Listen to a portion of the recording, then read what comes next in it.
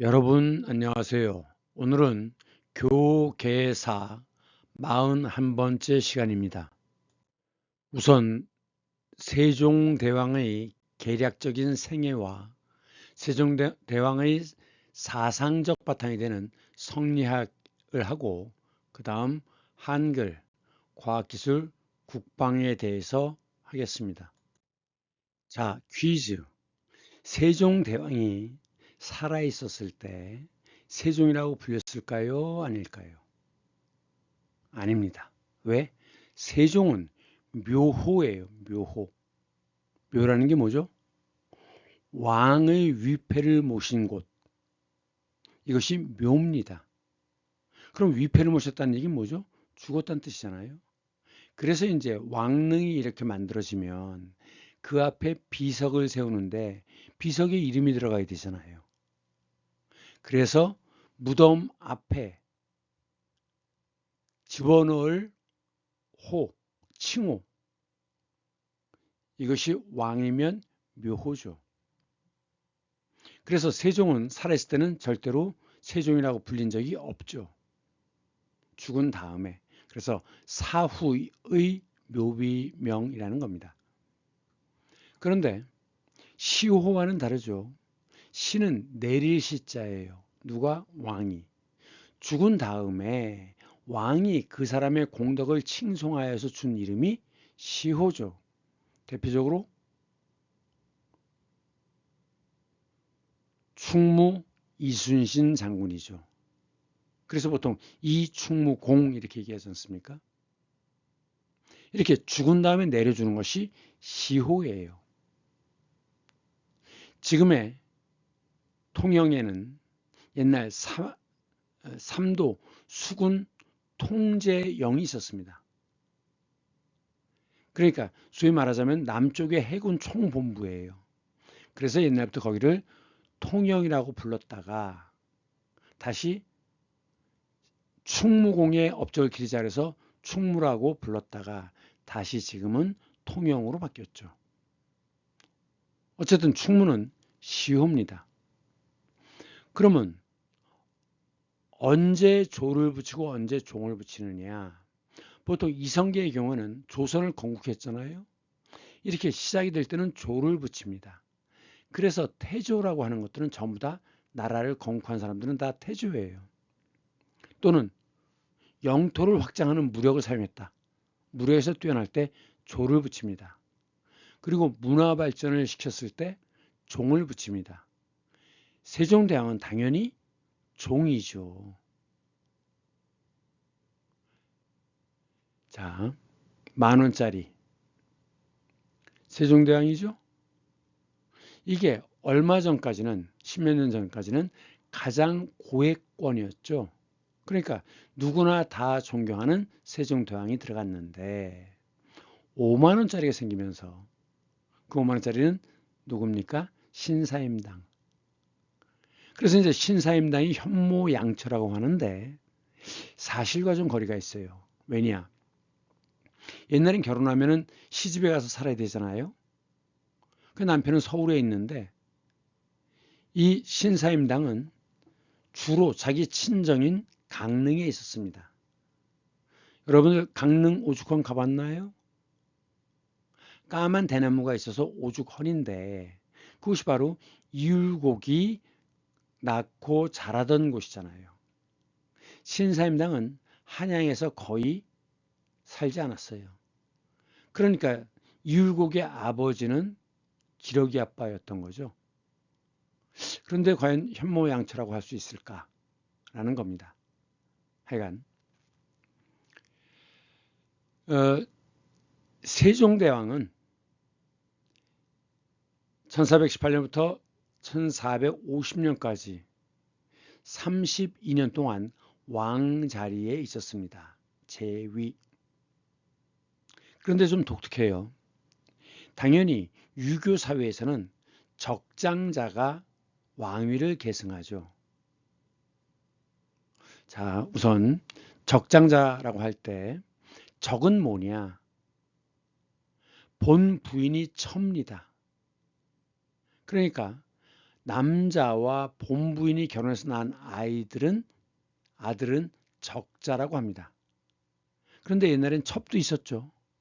첩에서 태어난 아이는 서자라고 합니다. 그래서 이 엄마의 신분을 따라서 엄마가 양반이면 이 아들도 양반이 되는 것이고, 엄마가 노비면 그 아들도 천민이 되는 겁니다. 노비인 천민이 되는 거예요. 이것을 조선시대 때는 피를 따라서, 혈통을 따라서 엄격하게 구별했죠. 이것이 바로 적서차별입니다. 그래서 서자나 얼자는 벼슬에 나가지 못했습니다. 기껏해야 중인 정도를 했죠. 당연히 왕가에서도 왕비와의 사이에서 태어난 아들이, 그 중에서도 장자입니다. 이 사람이 보통 왕이 되는 거죠. 그래서 적장자, 적자와 장자, 상속이 원칙인데 태종은 삼남이었던 세종을 세자로 만들었어요. 세자가 뭡니까? 다음 왕위를 이을 아들이 세자죠. 왕을 이을 것이기 때문에 왕세자라고 하는데, 황제 자리를 이을 아들은 뭐라고 합니까? 태자라고 하죠. 그래서 황태자라고 합니다. 그렇기 때문에 왕세자이고 황태자인 거예요. 그런데 이 세종은 첫째인 양녕대군이 왕으로서의 품위와 그런 성질을 갖추지 못했다는 거죠. 사냥을 즐기고 오락을 하고 계집질을 하고 반항적이라는 거예요. 그런데 동아시아에서는 왕은 덕으로서 백성을 다스리는 거죠. 그것을 뭐라고 합니까?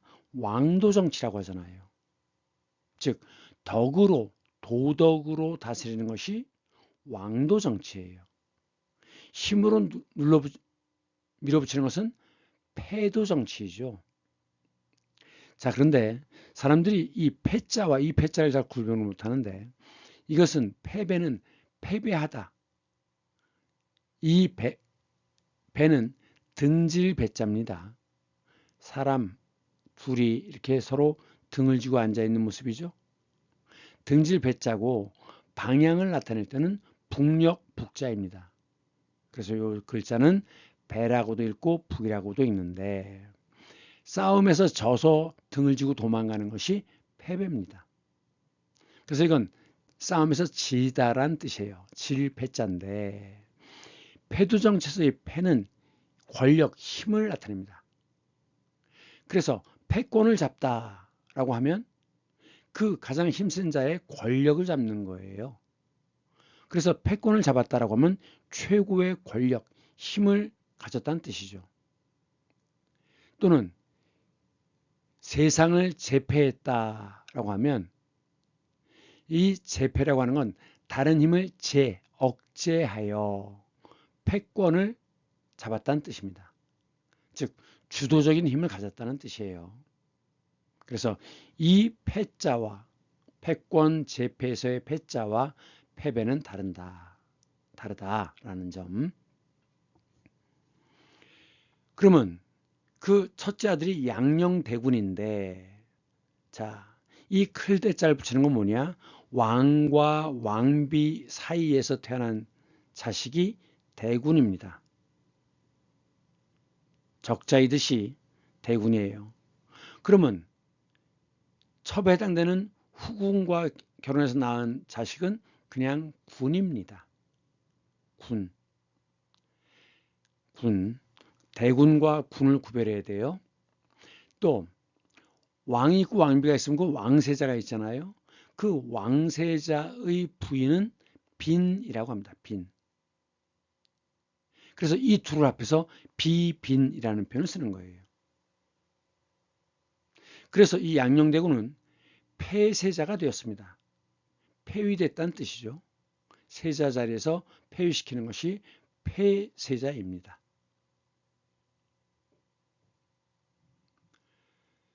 둘째는 효령대군인데 효령대군은 아버지 태종의 결정에 순종해서 이의를 제기하지 않았다고 그래요. 이 효령대군은 불교에 상당히 심취해 있었다고 합니다. 근데 불교에서는 어때요? 세상의 권력 이런 거 다 덧없는 것이다라고 생각하는 거죠. 그러면서 힘이 되는 대로 동생인 세종을 도왔다는 거예요. 세종도 그렇지만 이 효령대군은 아주 절대 음감이었다고 합니다. 소리에 아주 민감하고 뛰어나다는 거죠. 음악에. 그래서 세종을 도와서 정간보라는 걸 만들었는데 이게 정간보예요. 정간이라는 건 뭐냐? 요 한 칸 한 칸이 우물정자처럼 쓰였죠. 그래서 그 사이에 집어넣는 겁니다. 보라고 하는 건 족보라는 뜻도 있지만 기록이라는 뜻이 있죠. 그래서 정간보라고 하는 것은 악보예요. 동양에서 최초로 만들어진 악보가 정간보라고 하죠. 음의 높이와 길이까지 표현할 수 있는 뛰어난 악보였다고 합니다. 그리고 이 효령대군은 뛰어난 서예가였다고 그래요. 그럼 이게 정간보인데 요 하나가 정간이라고 그랬죠? 청산별곡입니다. 어떻게 되느냐? 사러리 사러리라따 삼음보예요. 사러리 요 음의 길이와 사러리 요 음의 길이와 라따 요 음의 길이가 같습니다. 그래서 한 걸음, 두 걸음, 세 걸음 걷는 동안에 한 줄을 읽기 때문에 노래하기 때문에 삼음보라고 하는 겁니다. 고려 때 노래는 다 삼음보예요. 조선시대는 사음보입니다. 예를 들면 청산리 벽계 수야 수의감을 자랑 마라. 한 줄을 읽는데 노래하는데 네 걸음을 걷거든요. 그래서 조선시대 때는 사음보다 이렇게 얘기합니다. 음보라고 할 때 보는 걸음보자예요. 그러면 지금 이것은 칸이 하나, 둘, 셋 있죠? 음의 길이입니다. 그런데 이것은 짧아요. 두 칸입니다. 다시 세 칸, 두 칸 이렇게 됩니다. 세 칸, 두 칸.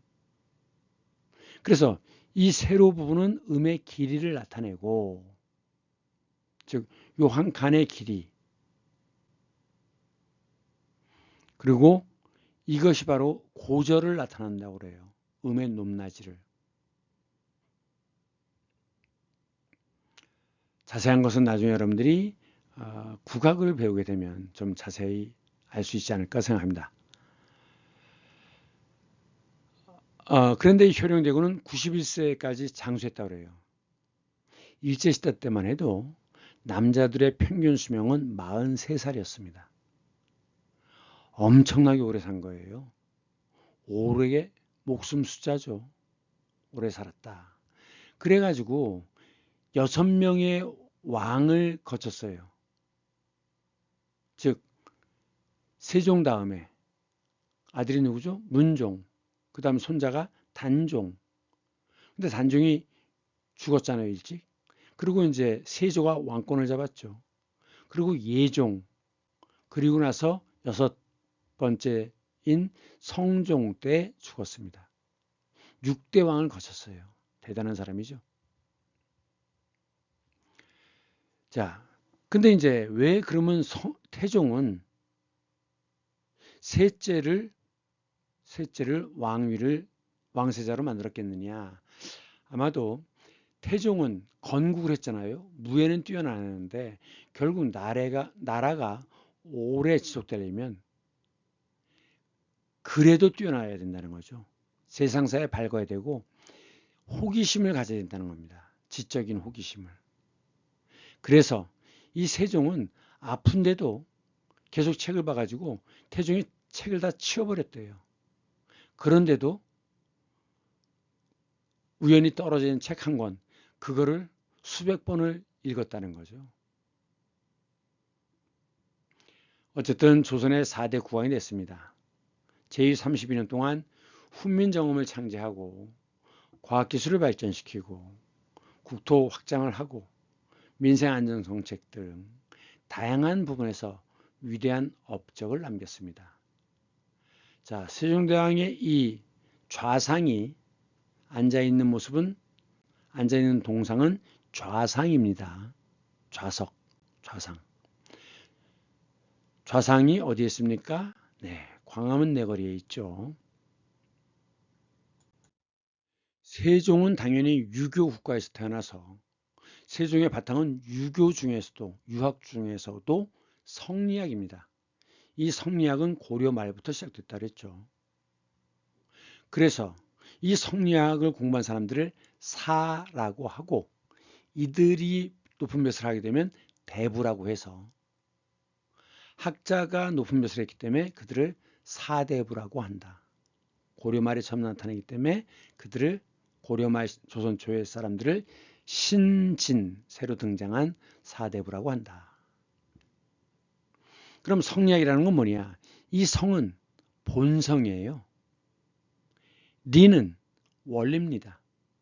그래서 인간의 본성과 우주의 원리가 무엇이냐를 따지는 학문, 이것이 성리학인데 이 성리학의 기본 바탕은 음양과 오행입니다. 자, 본 적 있죠? 캐대헌에서 루미가 그네를 타면서 왔다 갔다 하는데 그 뒤에 있는 게 뭐예요? 이것은 해입니다. 일이죠. 일. 해는 밝으니까 양입니다. 이 붉은색은 달입니다. 달은 차가우니까 음입니다. 그래서 일과 월이 있고 그 다음 가운데 산이 이렇게 높죠. 요게 토산입니다. 화수목금토 중에 토산이고 이렇게 산이 5개가 있어요. 하나, 둘, 셋, 넷, 5. 그래서 일월과 오행입니다. 이것이 경복궁 근정전 용상 뒤에 이것이 있죠. 그리고 다른 곳에도 왕이 있는 곳에는 이 표시가 항상 따라다닙니다. 그래서 이것을 일월과 오봉이 있기 때문에 일월 오봉도, 그림도라고 합니다. 그러면서 영원히 흐르는 물과 늘 푸른 소나무, 그 중에서도 적송이 아주 오래 살죠. 이것이 바로 성리학의 근본 바탕이에요. 그럼 음양이라는 건 뭐냐? 이 성리학 중에서 소리 부분을 여기서는 소리 부분만 따져보겠습니다. 음양은 어떻게 생기는 거냐? 태극에서 태극에서 양과 음으로 나뉘죠. 양은 하늘은 둥그러니까 이렇게 표시합니다. 땅은 평평하니까 이렇게 표시합니다. 머리는 하늘을 닮아서 양이니까 둥글고 발바닥은 땅을 닮아서 평평한 겁니다. 그럼 하늘과 땅이 만나면 인간이 태어나죠? 인간의 특징은 직립입니다. 하늘은 양이고 땅은 음이지만 인간은 남자도 있고 여자도 있어요. 그래서 인간은 중성입니다. 그래서 천지인이 우주의 3가지 재료다라고 하는데 지금 현대 국어에서는 중성이 없어지고 음성으로 바뀐 거로 봅니다. 그래서 지금 현대 국어에서 양성 모음이라고 하면 2개밖에 없어요. 뭐? 땅의 위에 있는 건 양입니다. 이게 뭐죠? 오. 사람의 바깥에 있는 것, 바깥은 양입니다. 그럼 이게 뭐죠? 아입니다. 그래서 오와 아를 제외한 것은 음성이나 중성이다. 그래서 국어 시간에 모음 조화라는 걸 배우죠. 모음 조화. 모음은 모음끼리 서로 조화를 이룬다라는 건데 무슨 얘기냐? 아는 양모음이에요. 양모음 뒤에는 양모음이 오고 그렇기 때문에 아가 오고 아시 오는 겁니다. 먹에서 어는 음모음이죠. 음모음 뒤에는 음모음이 온다. 그래서 막아라, 막았다, 먹어라, 먹었다. 이렇게 되는 것이 모음 조화입니다. 그러면 소리에서 오행은 어떻게 되는 거냐? 아, 이것은 오행으로 화입니다. 붉은색이죠? 심장이 붉은색이잖아요. 그러면 이 아라고 하는 소리는 가슴을 열어서 몸에 있는 화기를 바깥으로 내보내요. 화기가 쌓이면 화병이 납니다. 그리고 이것은 목에 해당돼요. 목은 청색이죠. 푸른색. 이 어라고 하는 소리는 옆구리와 간 부위의 기를 소통시켜서 몸에 음식물을 분해하면 독이 생기거든요. 그 독을 수거해서 담에서 전부 간으로 가져옵니다. 그럼 간에서 해독을 시켜요. 자, 어디 있는지 아시죠? 요건 폐고, 요 뒤에 여기에 있는 거 심장, 중간에서 약간 오른쪽에 있어요. 그렇기 때문에 살인마들 가운데서 약간 오른쪽을 칼로 찌르죠. 심장. 그리고 이것은 간입니다. 크죠? 해독을 해야 되고 양분을 저장해야 돼요. 그 다음에 담. 요 녹색 보이시죠? 요게 담입니다. 담을 뭐라고 합니까? 쓸개라고도 하죠. 쓸개. 담. 쓸개입니다. 그리고 이것은 위. 그리고 이것은 비장인데 비장도 역시 양분을 저장하는 곳인데 이 비장을 지라라고 합니다. 지라. 비와 위와 비는 서로 음양 관계예요. 간과 담도 음양 관계입니다. 그렇기 때문에 간담이 서늘하죠. 붙어 다녀요. 비위가 상하다. 붙어 다닙니다. 비장과 위장. 자, 저장하는 것은 음이고 통과시키는 것은 양입니다. 그렇기 때문에 담은 쓸개즙을 내보내죠. 통과시켜요. 간에서 양분을 저장합니다. 그러니까 이것이 양이고 이것은 담은 양이고 간은 음입니다. 위는 음식물을 통과시키죠. 양이고 비장은 음입니다. 그래서 저장하는 것은 장이고 보내는 것은 부. 그렇기 때문에 우리가 오장육부라고 얘기하는 겁니다. 아셨죠? 여기에 이제 음식물이 이렇게 통과가 되면서 이것이 손가락 12개의 길이, 그게 뭐죠? 12지장이죠. 그리고 그것이 어디로 연결됩니까? 소장, 작은 창자로 연결돼요. 요 옆에 붙어 있는 이것이 췌장입니다. 인슐린을 분비하는 췌장. 그래서 작은 창자를 쭉 통과해가지고 그 다음에 양분은 간으로 보내고 오줌은 암모니아는 신장으로 보냅니다. 신장은 사구체가 있죠. 그래서 여기서 그 당을 걸러냅니다. 근데 이것이 당을 제대로 걸러내지 못하면 오줌으로 당이 나오죠. 단맛이. 그런 병을 당뇨병이라고 합니다. 뇨는 오줌 뇨자예요. 당뇨. 설탕물이 빠져나온다. 당뇨. 그리고 이제 그 물은 방광으로 보내죠. 방광은 오줌을 통과시키잖아요. 방광은 양입니다. 양. 그리고 이거 한쪽은 이제 건더기는 어디로 가느냐? 대장으로 가죠. 대장에서 소장에서 이제 양분을 간에다 저장하고 그 다음에 대장으로 이게 갑니다. 그럼 대장에서는 이제 그 나머지 찌꺼기를 물은 흡수하고 찌꺼기는 보내죠. 그래서 어디로 갑니까? 똥으로 가는 거죠. 이것이 대장.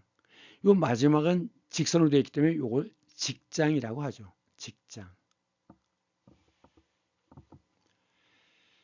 자, 그러면 이제 위는 토죠. 토. 음에 해당되는 건 비장이에요. 색깔은 황색. 이것은 복부, 배 중앙에 에너지를 모아서 소화력을 높이고 안정감을 줍니다. 토는 모든 것의 중심이에요. 그 다음에 우는 우 하고 계속 발음을 하면, 소리를 내면 이건 폐를 강화시키는 역할을 합니다. 폐장. 오행으로는 금이고, 오장으로는 폐고, 색깔로는 백이에요. 그래서 이것은 폐로 모여진 이산화탄소를 바깥으로 배출해야죠. 그리고 다시 산소를 끌어들여 갖고 그것을 심장으로 보내면 심장에서 이제 동맥을 통해서 양분과 산소를 보내는 거죠. 그래갖고 호흡 기능을 강화시키는 역할을 합니다.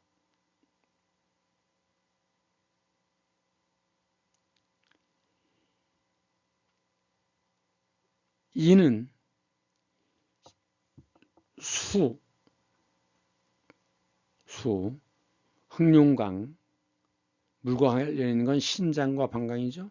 색깔은 검은색입니다. 그래서 이 신장을 우리가 스태미너라고 얘기하는 거예요. 생명력을 깨우고 집중력을 향상시키는 역할을 한다는 겁니다. 그런데 이 색깔은 뭐에 해당됩니까? 사신도의 색깔이죠. 좌청룡 우백호 남주자 북현무 중앙에는 황토를 뿌려야 된다. 그 위에 관을 놓고. 그러면 이제 부, 양이 된다는 부는 뭐냐? 자, 이 부도 색깔을 갖고 있습니다.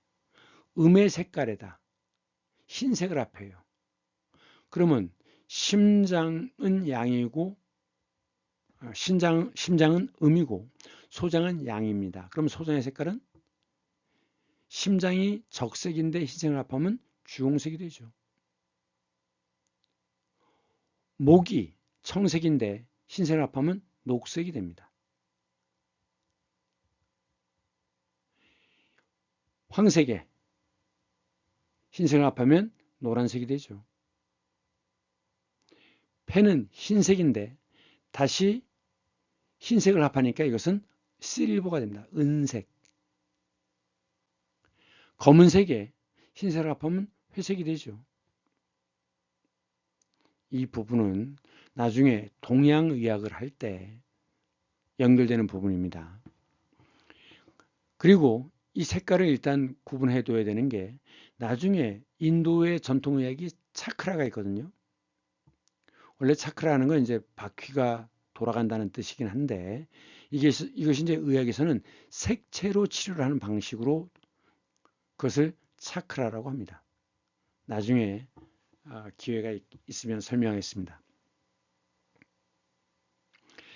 자, 어쨌든 이 소리라는 것은, 세종은 성리학에서 소리를 매우 중요시했고, 그렇기 때문에 소리를 잘 다스리는 것이 세상을 편안하게 하는 것이다 라고 믿었습니다. 그래서 세종대왕은 소리의 진심이었어요. 그래가지고 이런 걸 만들었죠. 편경. 지금 이것은 약간 기역자처럼 되어 있는데, 여기는 약간, 안쪽은 약간 더 완만한 곡선입니다. 16개의 돌, 위에 8개, 밑에 8개를 달아요. 그러면서 이 편경은 두께가 다릅니다. 그럼 이걸 두드리면 소리가 다르게 나죠. 그래서 소리를 바로잡는 것을 매우 중요시했던 거예요. 그래서 가장 중요한, 별난이라면 먼저 챙겨야 되는 게 뭐냐? 편경을 먼저 챙겨라. 보자기에 싸서 우물에 집어넣어라. 그러면 그거를 불어 깨트릴 놈은 없을 테니까. 그만큼 소리를 중요시했고 이런 전문성이 훈민정음 창제에 연결됩니다. 그리고 이것은 편종이라고 하는데 종의 두께를 각각 다르게 만들어서 역시 편경처럼 썼습니다. 그럼 첫 번째 한글과 문화 창달을 보겠습니다. 근데 기본적으로 이런 것들은 세종 당신이 워낙 학문을 좋아하기 때문에 문화 창달도 했지만 그 바탕은 뭐냐? 애민정신이라는 거죠. 백성을 사랑하는 마음. 이것을 민본주의라고 합니다. 인민이라고 할 때 인은 예술인, 실업인 이렇게 얘기하면 뭔가 좀 사회적 지위가 있는 사람이지만 민은 원래 모양이 뭐였어요? 눈을 화살로 찌른 모습이었죠. 즉 아무것도 없는 자들, 노예, 천민에 해당되는 별 볼 일 없는 자들이 민입니다. 즉 백성을 가리키는 거죠. 그래서 민본, 근본 본자잖아요. 백성이 나라의 근본이다 라는 것이 민본입니다. 세종은 공부벌레였죠. 그래갖고 책 한 권이 있으면 100번을 읽고 100번을 썼다는 겁니다. 백독백습했고 그 다음 100번을 읽은 이유가 뭐냐? 독서 100편 의자현. 한문에서는 이렇게 7자일 때는 4자로 끊고 다시 뒤에 3자로 해석합니다. 그러니까 독서를, 책을 읽을 때 100편, 100번을 반복하면 그 뜻이 스스로 나타난다. 그러니까 100번을 읽으면 저절로 그 뜻을 이해하게 된다는 것이 독서 100편 의자현입니다. 근데 이건 뭐냐? 성리학에서 학문할 때는 궁리입니다. 궁리. 아무리 이궁리 저궁리 해도 라고 얘기하는데 원래 궁리의 뜻은 뭐냐면 달궁자예요. 사물의 이치를 끝까지 파헤치는 것. 이것이 궁리입니다. 그러다가 지금은 이궁리 저궁리 하다라고 할 때는 해결 방법을 찾는다는 뜻으로 쓰죠. 이 궁리라고 하는 것은 원래 성리학에서 나온 개념입니다. 그렇기 때문에 문화 창달을 위해서 집현전을 만들고 국정자문기관을 만들었어요. 집현전은 모을 집자입니다. 현은 현명한 사람이에요. 전은 큰 집 전이죠. 원래 왕이 기거하는 건물이 전입니다. 황제는 폐. 그래서 황제가 기거하는 건물은 그 황제를 부를 때 폐하 아래 하자를 쓰죠. 왕을 부를 땐 전하. 왕세자 사는 집은 그래서 저하. 영의정 이런 사람들 각하 이렇게 부르는 거예요. 집현전.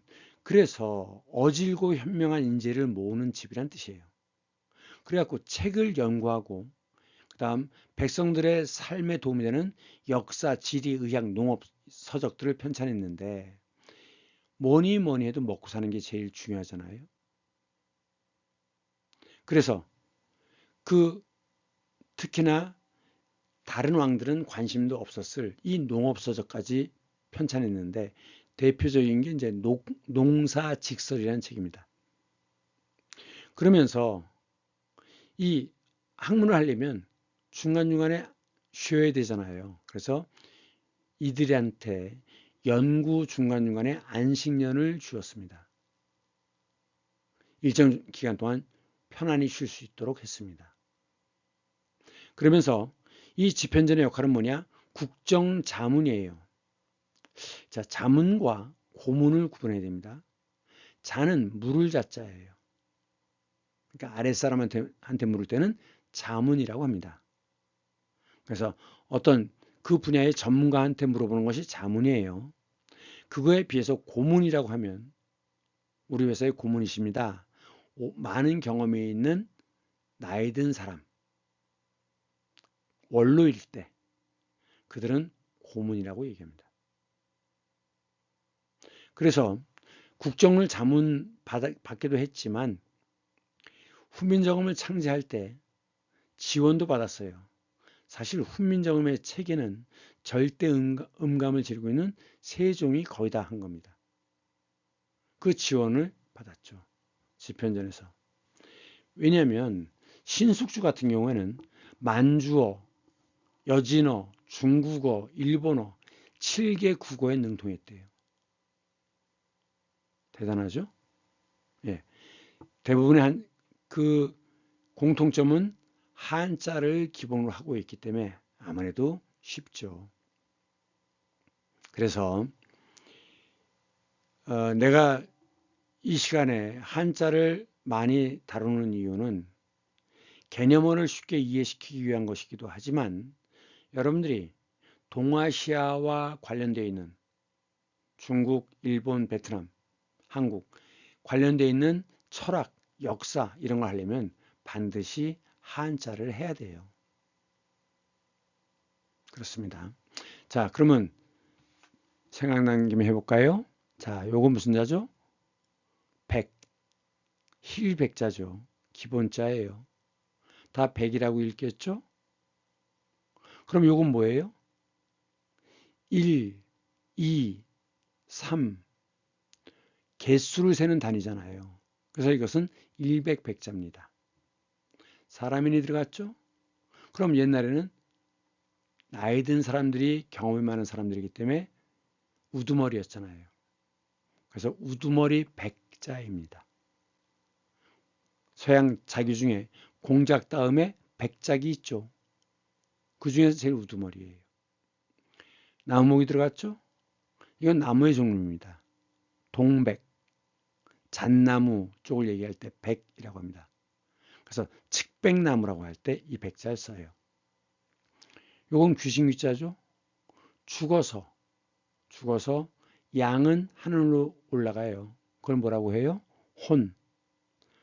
음은 뼈 이런 것들은 땅으로 들어가요. 그걸 뭐라고 하죠?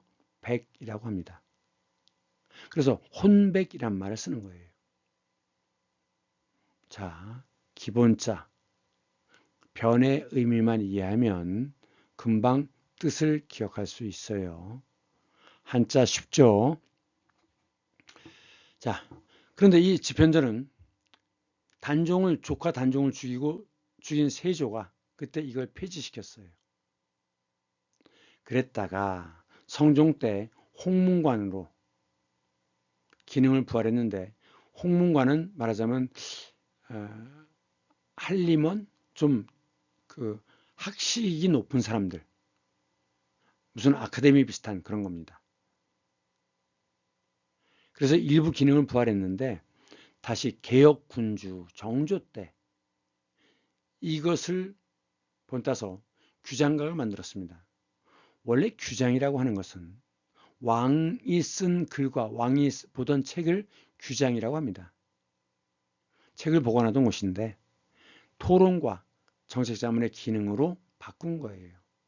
그래서 토론과 소통을 중요시했죠. 그렇게 함으로써 붕당 정치, 붕이 뭡니까? 벗붕자죠. 끼리끼리 패거리를 만드는 것, 이게 붕당입니다. 그래서 이제 노론소론, 남인 북인 어쩌고 해서 사색당파로 유명하죠. 이 잘못된 점을 극복하기 위해서 탕평책, 어디 출신을 따지지 않았어요. 영조 때부터 시작됐는데 정조 때 철저하게 지켰습니다. 그러면서 백성들의 삶이 중요하잖아요. 그렇기 때문에 공자월 맹자월 하는 게 아니라 실용과 그 관리의 능력을 중요시했습니다. 그래가지고 체제공이라든가 정약용 매우 유명한 사람이죠. 그 다음에 그 서얼들을 등용했습니다. 첩의 자식들. 그래서 박자가라든가 유득공 이 유명한 사람들이 있어요. 이들이 북학파인데 왜 북학이냐? 청나라를 북이라고 했어요. 조선시대 정조위 때는 유럽의 학문이 청나라에 많이 들어와 있었습니다. 그래서 청나라에 갔던 사신들이 보고서 천지가 개벽되는 걸 알았죠. 그래서 우리나라도 빨리 실용문물을 받아들여야 된다 라고 주장했던 실학파들, 처음 시작이 북학입니다. 청나라의 문물이란 뜻이에요. 사실은 유럽의 문물이지만. 그래서 이제 이 뒤에 그 실학파가 많이 만들어지는 겁니다. 그러면서 이 세종은 경연을 자주 했어요. 경연이란 뭐냐? 이 연자 위에 보면 대나무 죽이 들어갔죠. 그러니까 이제 돗자리를 펴고서 책에 대해서 토론한다는 뜻입니다. 고려시대와 조선시대에서 원래는 이제 임금을 가르치는 건데 게으른 임금들이 많겠죠. 글공부 싫어하는 임금들이 많을 거예요. 그러니까 이제 그걸 가르쳐지는 것인데 문제는 세종도 그렇고 정조도 그렇고 토론하는 것이 배운 게 아닙니다. 오히려 그 신하들을 가르쳤어요. 어쨌든 다 그것을 신하와 임금이 같이 모여서 어쩌고저쩌고 토론하고 공부하는 것을 경연이라고 합니다. 자, 세종대왕은 민본주의다. 백성이 나라의 근본이다. 라고 생각했죠. 그런데 이제 그 애민정신, 민본주의로 두 번째는 음감이 동원되죠. 그래서 그 당시 음악 총책임자가 박연이 있었는데 그 편경 앞에서 보셨죠? 틀린 음을 세종이 지적했다는 거예요. 아, 이 소리는 틀리다. 그 음이 아니다. 라고. 그리고 조금 전에 설명했던 것처럼 음의 높이와 길이를 동시에 표현한 정간보. 아시아 최초의 악보죠. 이걸 만들었죠. 그런데 이제 세종은 유교 중에서 예악사상이라는 게 있습니다. 예와 음악을, 락 아닙니다. 악기라고 할 때는 악이라고 읽어야 돼요. 음악을 중요시하는 거죠. 왜? 유교에서 음악은 하늘의 이치를 땅에 구현하는 것이라고 그랬어요. 기억납니까? 이것은 오장으로는 패고, 육부로는 대장이고, 색깔로는 모고, 이것은 패를 강화시킨다. 음악도 역시 하늘의 이치를 그대로 땅에 구현한다는 거죠. 이 구는 구체적이라는 뜻입니다. 나타날 현자예요. 그러니까 이 이치라고 하는 것은 추상이고 관념이잖아요. 그것을 볼 수 있게 땅에 보여주는 것, 나타내는 것, 이것이 구현입니다. 그래서 정의사회 구현 뭐 이런 소리를 했었죠. 그래서 세종은 소리가 중요하기 때문에 비상사태에서는 편경부터 챙겨라 그랬던 겁니다. 이 바로 절대음감이 훈민정음 창제의 바탕이 된다. 원리는 성리학이라고 그랬죠. 자, 천지인, 양음중성인데 하늘이 땅과 인간에게 나타나요. 한 번 나타나요. 그럼 뭐가 되죠? 오. 밑에 나타나요? 우. 사람의 바깥에 나타나요? 아. 안쪽에 나타나요? 어. 두 번 나타나요? 요, 유, 야, 여. 이렇게 만들어진 겁니다. 그래서 이것을 초출자라고 하고 하늘이 처음 나타났기 때문에 초출자라고 하고 이것을 두 번 나타났으니까 재출자라고 하는 겁니다. 이래서 세종대왕이 모음을 11자를 만들었다라고 하는데 11자만 있었던 건 아닙니다. 제자 원리로 볼 때 11자라는 겁니다. 그럼 자음은 어떻게 만들었는데? 발음교환의 모습을 본떴습니다. 자, 이것이 바로 기본자예요. 발음교환의 모습을 본뜬 겁니다. 왜 그러냐? 자, 암이라고 발음해 보세요. 암이라고 발음하면 입술이 가운데로 쪽으로 모이죠. 그렇기 때문에 이 모인 입술의 모양이 미음입니다. 안 발음해 보세요. 혀끝이 잇몸에 붙습니다. 그럼 혀의 모습이 이렇게 되죠. 니은의 모습입니다.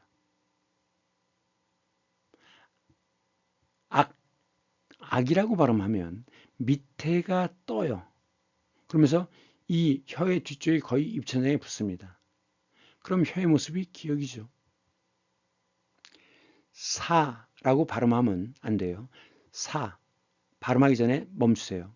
그럼 어떻게 됩니까? 사라고 발음하려고 하면 혀의 중간 부분이 이렇게 가운데가 올라오죠. 훈민정음에서는 이것이 이빨의 옆모습이다 라고 설명하는데 실제로 음성학적으로 보면 혀의 중간 부분이 올라오는 것입니다. 그래서 시옷이 되는 거죠. 하는 어디에서 소리가 납니까? 목구멍을 빠르게 통과해서 나는 소리예요. 이 목구멍의 동그란 모습 이거죠. 이것이 기본자입니다. 여기에 획을 하나를 더해요. 그래서 가일획이라고 합니다. 반을 잘라서 양옆에 붙여요. 비읍이죠. 획을 하나 더해요. 지읒. 하나 더해요. 여린 히읗이라고 하는데 이 글자는 지금 안 씁니다. 획을 하나 더해요. 디귿이죠. 지금 여기는 획을 2개 더해요. 그런 자는 없습니다. 2개 더하니까 피읍이 되죠. 2개 더하니까 치읓이 되죠. 2개 더하니까 히읗이 되죠. 2개 더하니까 티읕이 되죠. 그리고 소리 나는 위치는 같은 위치인데 모양이 달라요. 이 모양을 본뜨지 않았다는 거죠. 그래서 이걸 이체라고 합니다. 이응, 반치음 리을인데 이것도 역시 지금은 사라져서 안 쓰는 글자입니다. 이 부분과 이 부분은 중3 2학기 국어시험에 나오고 고3 1학기 중간고사에 나오는 것이기 때문에 이 제자 원리를 제대로 알아야 외우지 않고도 100점을 맞을 수 있습니다. 꼭 복습해 주기 바랍니다. 근데 세종대왕은 좀 안타까운 점이 육식을 너무 좋아했답니다. 탐일이라는 건 탐에서 빠진다는 뜻이에요. 그러면서도 이제 운동은 안 하고 맨날 책만 들여다보고 연구만 하고 그래가지고 안타깝게도 30대 중반에 당뇨병에 걸렸대요. 당이 뭐죠? 설탕, 사탕, 뇨, 오줌뇨. 그러니까 오줌에 포도당이 빠져나오는 거예요. 이걸 소갈병이라고 하죠. 자주 목이 마르기 때문에 소갈병이라고 합니다. 그래가지고 이때 거의 시력을 상실했대요. 그런데도 연구를 멈추지 않고 그런 상태에서 1443년에 훈민정음을 창제한 거죠. 결국은 세종대왕은 민을 사랑해서 불쌍히 여겨서 훈민정음 어제 서문에 어떻게 됐냐면 나란 말싸미 튕기게 달아 문자와르 서로 사마띠 아니할시에 어린 백성이 어리다라는 것은 어리석다는 뜻인데 지금은 나이가 적다는 뜻으로 바뀌었죠. 예. 어린 백성이 니르고자 홀배이셔도 말하고자 하는 바가 있어도 제 뜻을 자기의 뜻을 실어 펴디 못할 놈이 하니라 못하는 사람이 많으니라 내 일할 어여삐 너겨 여기서 어여쁘다는 지금은 예쁘다지만 옛날에는 불쌍하다는 뜻입니다. 애민사상이죠. 그래서 문맹 자 망할 망자의 눈목이죠. 눈이 망했어요. 그래서 이건 눈멀 맹자죠. 그럼 문맹이 뭡니까? 까막눈 글을 못 읽는 거예요. 눈뜬 봉사가 되는 겁니다. 그래갖고 이 글자를 아는 자들한테 당하는 사기가 엄청납니다. 미국에서도 그 농장주들이 흑인 노예한테 사기를 치죠. 하루에 10센트씩 해서 내가 1년 뒤에 줄게. 자, 내가 이렇게 쓸게. 썼지. 봐. 그러고 나서 이제 그 흑인 노예가 1년 되고 나서 그러면 주인님 돈 주십시오. 그럼 뭔 소리야? 주시기로 하지 않았습니까? 언제? 임마 네가 밥 먹여서 고맙다고 네가 공짜로 해준다고 봐 이렇게 써 있잖아. 문서를 들이미는 거죠. 엄청나게 사기를 당하는 겁니다. 그래서 사기를 당하지 않으려면 최소한 글은 깨우쳐야 된다는 거죠. 자, 그러면서 이제 누구를 위해서 만든 거냐? 민을 위해서 만든 거죠. 민을 위해서. 그래서 민을 가르치는 올바른 소리. 그래갖고 이 훈민정음은 언제 누가 어떤 원리로 만들었는지를 아는 전 세계에서 유일한 언어입니다. 그러면서 조금 전에 보셨죠? 글자의 모양과 발음이 일치해요. 그러면서 표현하지 못할 글자가 표현하지 못할 소리가 별로 없죠. 아주 과학적인 언어라는 거죠. 그런데 서양의 알파벳은 어떻게 되느냐? 자, 이게 황소의 모습이죠. 황소 대가리, 뿔 2개. 근데 이게 알레프라는 고 발음했대요. 알레프. 그게 황소였답니다. 그럼 알레프에서 제일 처음 나는 소리가 뭐죠? 아입니다. 아. 그래서 이 소의 모양을 가지고 A라는 글자를 만들었다는 거예요. 그러니까 이 발음과 이 뜻과는 아무런 관계가 없죠. 이런 것을 뭐라고 합니까? 표음 문자라고 하죠. 뜻과는 아무 관계가 없어요. 소리와 소리를 묶어서 낱말을 만드는 것이 표음 문자입니다. 그런데 한글은 발음 기관의 모습과 글자가 일치하죠. 그래서 과학적이라고 얘기하는 겁니다.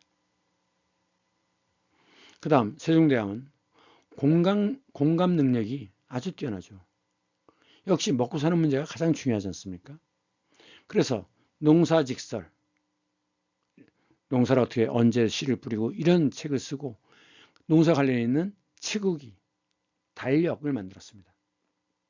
그 당시 우리나라는 중국에서 달력을 받았었어요.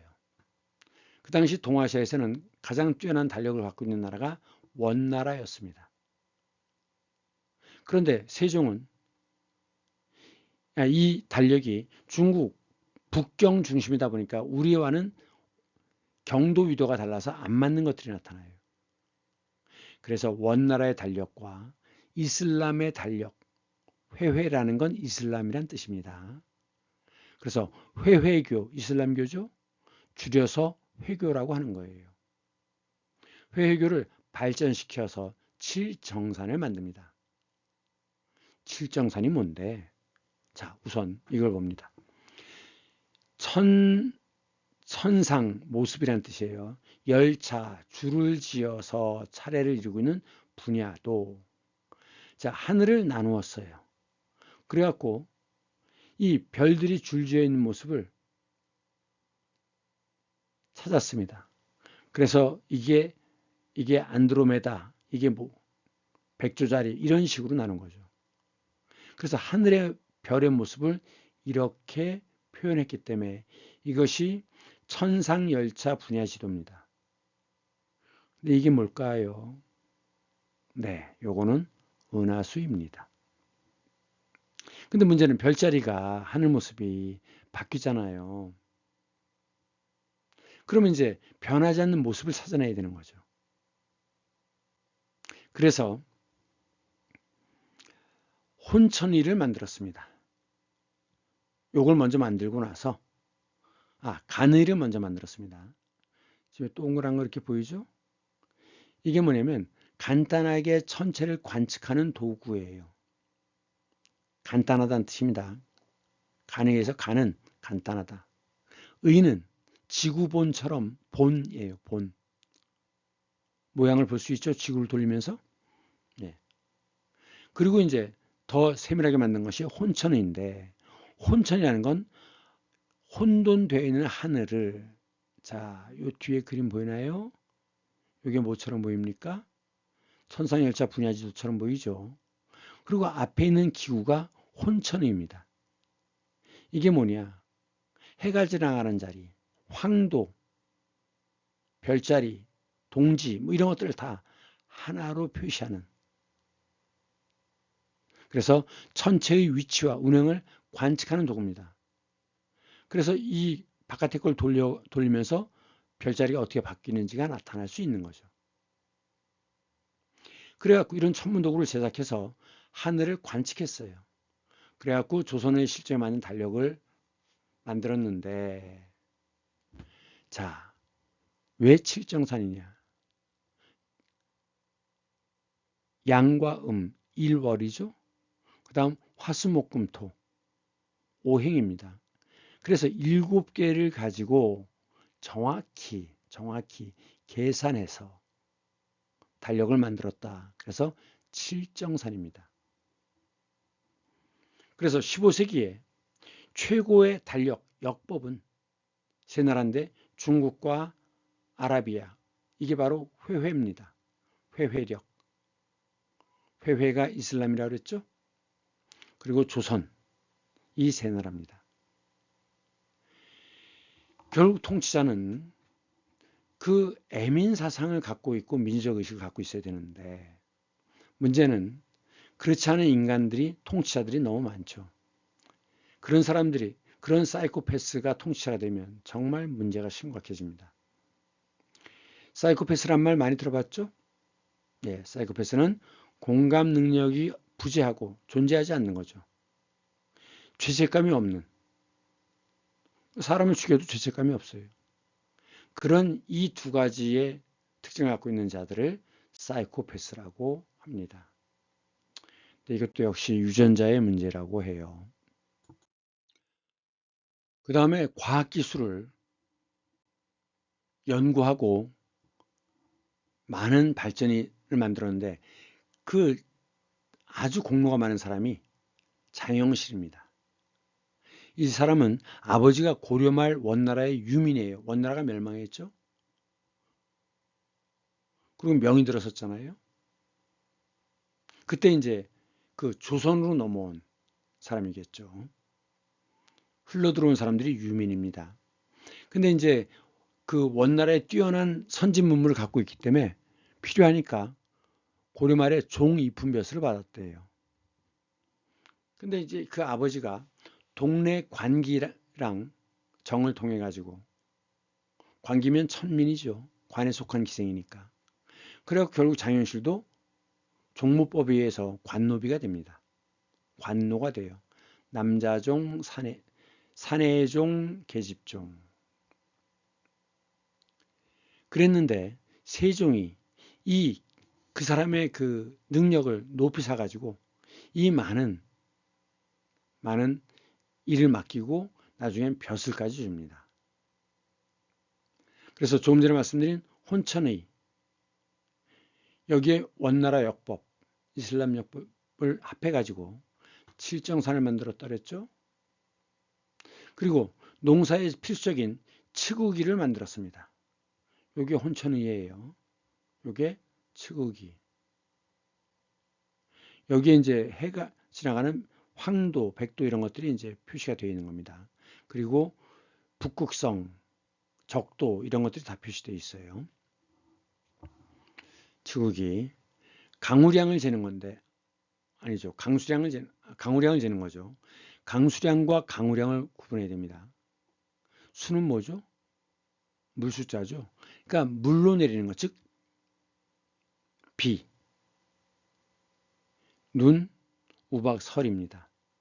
그러니까 이 우가 비우자잖아요.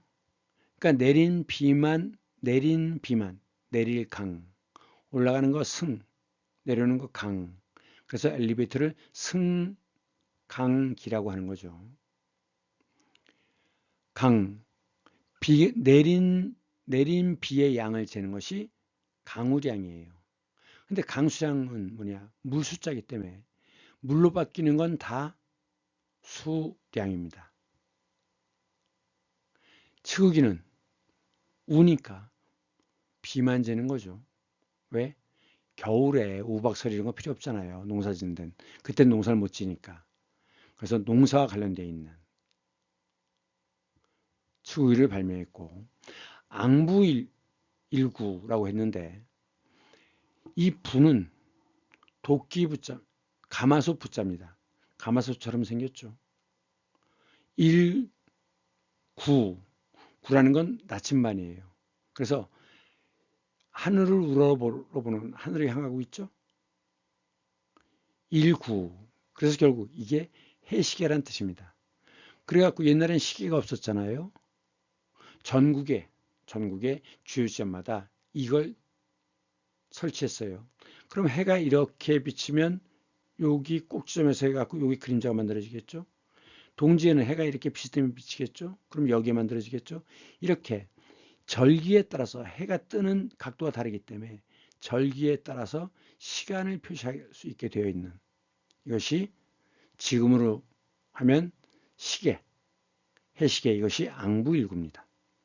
그 다음 작용루라고 하는 건 뭐냐면, 그럼 구름이 끼면 어떡한대요? 그래서 물시계를 만드는 겁니다. 그러면서 이것은 알람 기능까지 있었다고 그래요. 이게 지금 모형인데, 이 꼭대기에다 물을 부으면 이 뒤에 관으로 연결되어 있어서 그 물이 조금씩 흘러서, 그 다음에 이 물이 이렇게 흘러 들어가면 이 물이 이렇게 차겠죠. 그러면 이 밑에 점점 올라차면서 어떤 단추를 건드리면, 이렇게 올라가면서 단추를 건드리는 거예요. 그러면 단추가 올라가면서 또르륵 해서 가가지고 종을 땡 치는 거랍니다. 이게 작용루를 작용루의 구조도예요. 그래서 이제 요 높이 어디에서 요 구슬이 딱 요 점을 건드리면, 어떤 점을 건드리면 구슬이 흘러나가서 땡. 그래서 분을 알리고 시를 알리고 하는 것. 높이에 따라서 나오는 구슬이 다르겠죠. 이것이 작용루라고 합니다. 그래서 요즘으로 치면 땡땡 종을 치기 때문에 알람의 역할을 했던 거다. 그 다음 조세개혁도 했는데, 왜냐면 세금은 매우 중요한 문제거든요. 근데 이제 벼슬아치가 지 멋대로 세금을 거두면 안 되잖아요. 그래서 객관적으로 세금을 거둘 수 있게 공평하게, 징수에서 징은 거둘 징자고 수도 거둘 수자입니다. 걷어들인다. 그래갖고 공법을 만들었어요. 공은 바칠공자입니다. 바칠공. 그런데 이제 법을 만들어 가지고 시행하기 전에 그 국민들에게 의견을 물어서 17만 명한테는 물어봤대요. 그 당시 인구가 1000만 명이 안 됐을 것 같은데. 엄청나죠. 그래서 이제 두 가지로 나눴어요. 전분육등법. 땅을 6등급으로 나눠. 어떻게? 비옥도. 땅이 비옥하냐 척박하냐에 따라서 6등급. 그래갖고 비옥한 땅은 면적을 작게, 척박하면 크게 잡아서 나오는 생산량이 같도록 평균을 만드는 겁니다. 그러니까 척박한 땅은 땅이 크겠죠. 한 결은 이제 땅을 세는 단위인데 크겠죠. 그 다음에 연분 9등분이에요. 1년을 나눠 어떻게? 풍년이 들었냐, 흉년이 들었냐, 아니면 평년작이냐에 따라서 9등급. 그래서 상상년, 상중년, 상하년 이런 식으로 해갖고 걷어들이는 쌀을 달리했죠. 그래갖고 전분 6등급과 연분 9등급을 하니까 전부 54단계로 세밀하게 세금을 나눴던 거예요. 그러면서 왕이라고 해서 지가 다 결정하는 게 아니라 먼저 의정부가 뭡니까? 영의정, 좌의정, 우의정이죠. 여기서 의정부에서 먼저 논의를 하게 한 다음에 그 부서에서 심사를 하도록 하는 겁니다. 그 다음에 임금에게 보고하도록 하는 거. 이게 의정부 서사제예요. 왕의 독단적 운영을 방지하기 위한 것인데, 자, 서울이죠. 여기가 인천이고 성남이고 파주인데, 요 위에 여기 의정부라고 있어요. 의정부시. 왜냐? 의정부와 관련되어 있는 무슨 건물이 여기에 있었대요. 그래서 여기를 의정부라고 부르게 됐다는 겁니다. 그 다음 삼복죄가 있어요. 사형에 해당되는 죄는 반드시 3번 심판을 해야 된다. 삼심죄입니다. 지금으로 치면 삼심죄인데 지금은 뭐가 삼심죄죠? 지방법원에서 1심을 하고 고등법원에서 2심을 하고 대법원에서 3심을 하는 거죠. 사형은 중요한 사건이기 때문에 반드시 하도록 했습니다. 그 다음에 노비휴가제를 했어요. 이 당시에 노비들은 인간으로 대접을 안 했잖아요. 그런데도 관비, 여자 종이 아이를 낳으면 100일 동안 출산휴가를 주었답니다. 우리나라는 1990년대만 해도 이 여교사들은 출산휴가를 한 달밖에 못 쓰는 경우가 많았어요. 교장 눈치가 보여가지고. 지금도 법적으로는 출산휴가가 요 몇 년 전에 법적으로 출산휴가 90일로 바뀌었는데 문제는 그걸 못 쓰는 사람들도 많다는 거죠. 비정규직 이런 사람들은. 그 다음에 그 당시에 세종 당시에 남편인 관노조, 산해종노. 산해종은 30일을 부인 돌보라고 30일을 휴가를 줬는데 우리나라가 90년대에는 무슨 남자가 휴가야 그랬어요. 지금은 법적으로는 20일로 확대가 되긴 했는데 어떤 직장들은 그냥 그 출산하는 날 하루 정도 그리고 끝 그런 휴가 그런 회사가 아직도 많아요. 어쨌든 천민조차도 기본적인 인권을 보장했다는 거죠. 다음 국방과 영토 확장에도 힘을 썼죠. 원래 고려 때는 천리장성입니다. 여기서부터 원산까지 이렇게 돼요. 이렇게. 이게 천리장성인데 조선시대 때 압록강과 두만강으로 압록강, 백두산을 기점으로 이쪽이 압록강이고 이쪽이 두만강이죠. 이걸 바뀌었는데 그럼 어떻게 된 과정이냐. 자, 여기에 흰색 요 부분 여기에 4군을 설치했습니다. 4군. 처음에 조선이 건국했을 때는 선이 국경이 여기였어요. 여기에 국경이었습니다. 이쪽에 만주족이나 여진족이 많이 살았습니다. 그런데 이제 1419년에 이렇게 해서 4군을 설치했고 계속 이제 그 겨울에는 양식을 찾아서 밑으로 노략질 하러 내려올 거 아니겠습니까?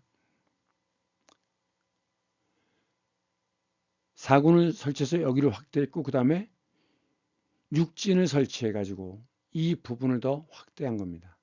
그래갖고 지금의 압록강과 두만강으로 확정된 것이다. 그러면서 남쪽은 여기에 대마도가 있거든요.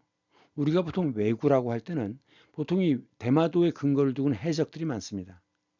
그래갖고 해적질을 하거나 아니면 배를 타고 들어와서 해안가로 오거나 아니면 강을 따라서 와가지고 노략질을 했어요. 그래서 이제 그 세종 때 대마도를 정보를 하고 그런데 이제 정보를 한다고 하더라도 그러면 또 좀 지나면 또 오겠죠. 그래서 어떻게 했느냐? 이쪽 부산포, 내이포, 연포 여기를 요 세 군데만 항구를 개항했어요. 그래서 여기에서 교역을 하거라. 그래서 제한적으로 무역을 허용했습니다. 그것까지도 막으면 해결책이 없는 거죠. 그래서 회유한다. 회유하다는 건 이제 꼬신다는 거죠. 그런 방책을 썼다. 그러면서 이 고려 때 최무선이라는 장군이 그 화약 개발을 발전을 많이 시켰어요. 그래서 고려 때 화약을 만든 최무선은 매우 유명합니다.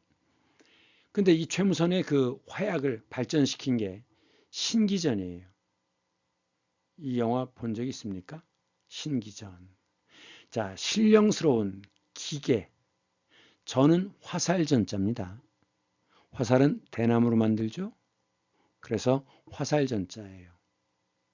화살을 담는 통을 전통이라고 합니다. 신기전을 만들었는데 그게 세계 최초의 다연장 로켓이에요. 이겁니다. 화살을 엄청 많이 수십 개를 꼽죠. 그리고 그 뒤에 화약을 답니다. 그럼 화약 뒤에다 불을 붙이면 날아가겠죠. 그래서 지금으로 치면 뭡니까 이게? 미사일을 수십 발을 한꺼번에 꽂은 다음에 뒤에서 방아쇠를 따다닥 치면 쭉쭉쭉 날아가는 거죠. 이게 최초의 다연장 로켓포입니다. 그게 신기전이에요. 근데 이제 바퀴를 달았죠. 이동이 편하게 하라고. 그래서 고려 때 최무선이 이 주화, 달릴 주자입니다. 이동할 수 있다는 뜻이겠죠. 주화를 만들었는데 이걸 더 개량한, 이 주화를 개량한 것이 신기전이라고 해요. 여진족을 격퇴시킬 때 썼다고 합니다.